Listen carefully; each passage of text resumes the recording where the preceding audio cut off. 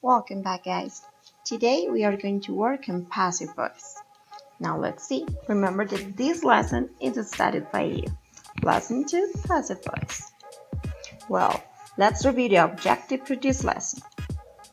We are going to identify and talk about actions by giving it relevance over the agent who performs the activity. So what we will see is that the action, the verb itself, is the relevant information. Now let's see. Here we have some passive voice grammar. Remember, in active voice we have doctors wear special clothes. During these days of quarantine, this is a very fashion topic, right? So now we are going to see passive voice, special clothes were the object that doctors wear comes here to be my agent. Special clothes are worn by the doctors. So what happens to the verb? We are going to see. On passive voice grammar, we have the subject or the object of the sentence. We have to be verb accordingly to the object, and we have the verb in past participle. It is important that we study the past participle verbs. Let's remember also that we have regular verbs ending in ed and irregular verbs that change. So we use passive voice to emphasize the action and the object rather than the agent who does the action. Let's see some examples. Here we have some examples from real life. I introduce you to Cupido.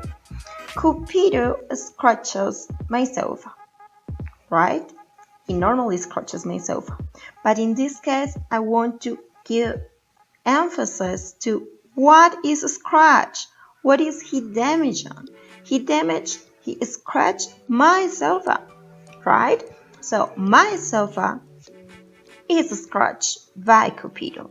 We see the to be verb corresponding to the sofa and the verb in past participle. This is a regular verb.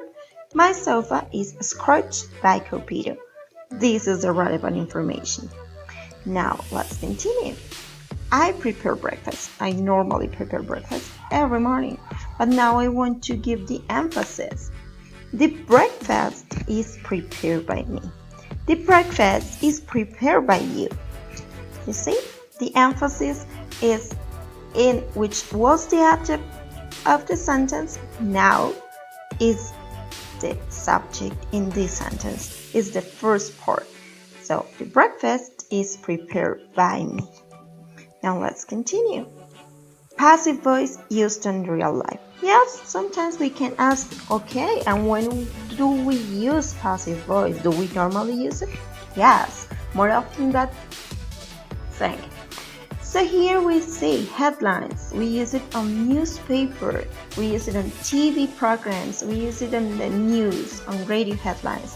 Here we have a couple of examples. We normally see this information. The headlines are the big letters, capital letters too. Here we have the important information is delivered by headlines.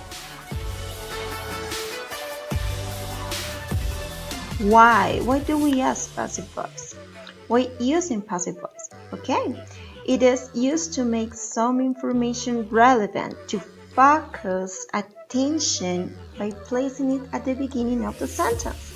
As we see here, mystery air objects seen in sky over LA.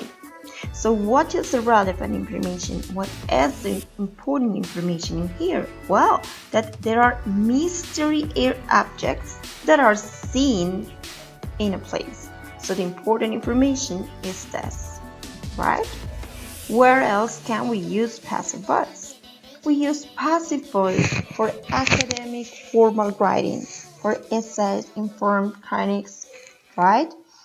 So in this case, we make it to use we use passive voice to make the statement impersonal, so you are not being personal when delivering this information.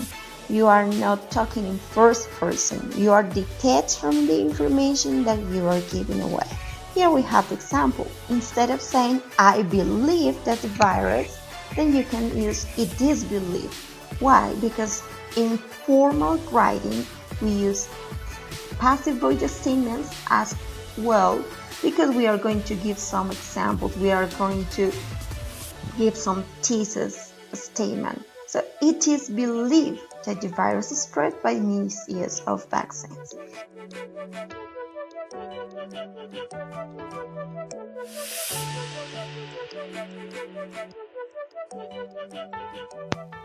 Okay guys, also keep in mind to work in your activities at Google Classroom and participate in the forum for the week. You can also find me on your tutoring schedule. Have a wonderful day.